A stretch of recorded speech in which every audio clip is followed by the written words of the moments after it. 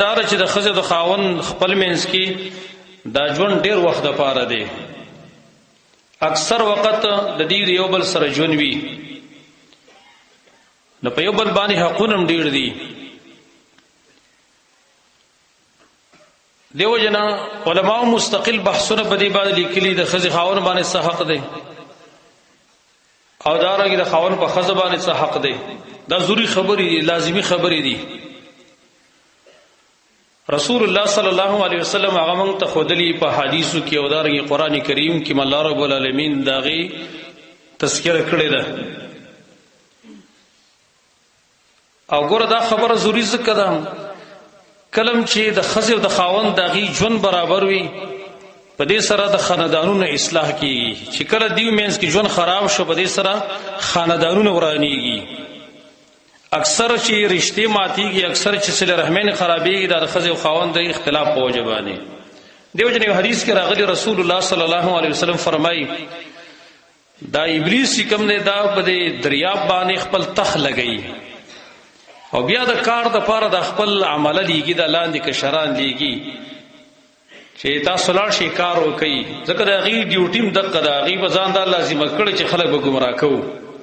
موږ خپله ډیوټي نه ده پېژندلې، هغې خپله ډیوټي سمه پېژندلې، شپه ورځ یې وکړي دي، محنت او خواري کوي د هغې دپاره.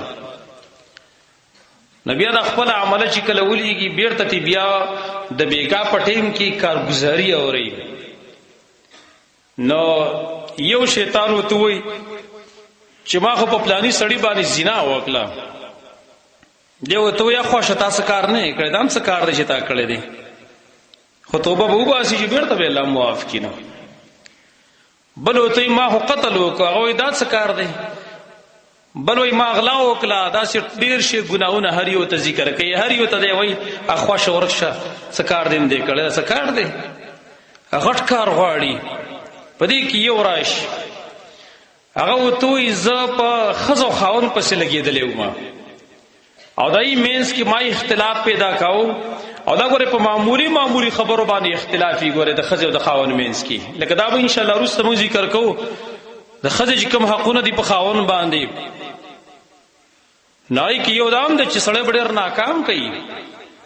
دا خو انسان دی په یو حالات باندې نه، په یو حالات باندې صرف یو الله دی. کله به په کور کې د زنانو نه پخلی ورانېږي، کله به ترې روټۍ خرابېږي، کله به ترې ځای ګنده پاتې کېږي، کله یو شی کله بل شی. دای خو به دا مطلب نه چې ګرې بس دا په مخه غلطي ده. نو که زمونږ چېرته په کور کې سالن وران پوه شي لږ تریو شي یا بل منګي سی به دا کنځلې او ردې بدې او اخلاق هم خراب کړي، خپله هم او د خپل اولاد او د خپل بیبیانو هم. نو په معمولی خبرو باندې د دې منځ کې اختلاف د شیطان راولي، بدګمانۍ نه پیدا کوي پکې. دا وایي زه په ښځه او خاوند پسې ولګېدلم، د هغې منځ کې مې اختلاف راوستو داسې حد ته ورسېده چې ښځه او خاوند مې د یو بل نه جدا کړه. هغې خپل منځ کې طلاق واقع شو. وایي دا ورته د تخ نه راکوشي دا شیطان، غاړه ورسه میلاو کړي او ورته وایي چې اصل کې زما بچی خو ته یې.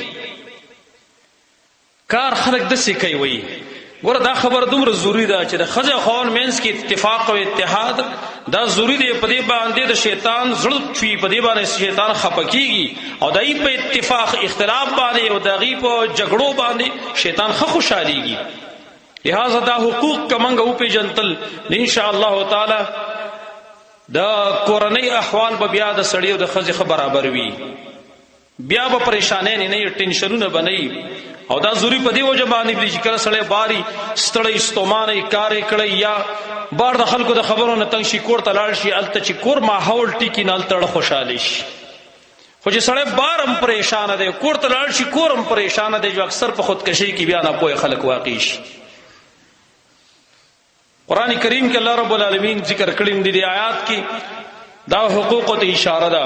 الرجال قوامون علی النساء، سړی دا حاکمان به په زنانو باندې مشران به بما فضل الله بعضهم على بعض، په دې وجه چې الله بعضو ته په بعضو باندې غوروالی ورکړی دی. وبما انفقوا من اموالهم، او په دې وجه باندې چې دا سړی خرج کوي د خپل مالونو په خپل بیبيانو باندې په خپل خزو باندې خو که تنازعات دي منځ کې راشي د هغې علاج ښودلی دی خو لاول د نیکې زنانه دای صفت ښودلی فالصالحات قانتات نیک زنانه هغه ده چې هغه تابعدار وي د خپل خاوند او دارنګې د خپل الله حافظات للغیب حفاظت کوي د خاوند د عزت د خاوند د مال وخت د غایبوالي د خاوند کې ولې بما حفظ الله په دې وجه چې الله د دې د حقونو حفاظت کړی دی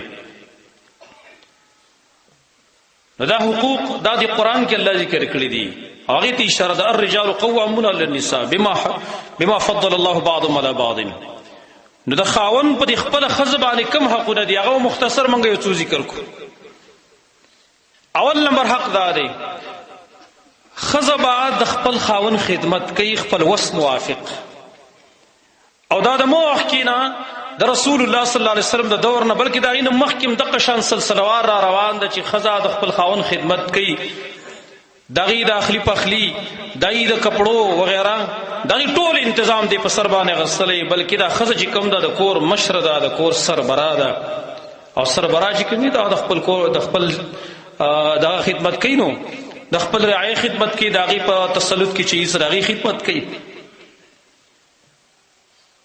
نبی صلی الله علیه وسلم ته یوه زنانه راله حسین ابن محصن دی وایي زما ترور وه نبی صلی الله علیه وسلم خواته راله د هغې نه څه تپوس وکړه څه خبرو باره کې تپوسونه چې کله ختم شو ضرورت د هغې ختم شو نبی صلی الله علیه وسلم ورته وفرمایل ویل ستا خاوند شته دی هغې ورته ویل او یا رسول الله خاوند مې شته دی ویل څنګه خدمت یې کوې که نه ویل او یا رسول الله خدمت یې کومه دومره زیات خدمت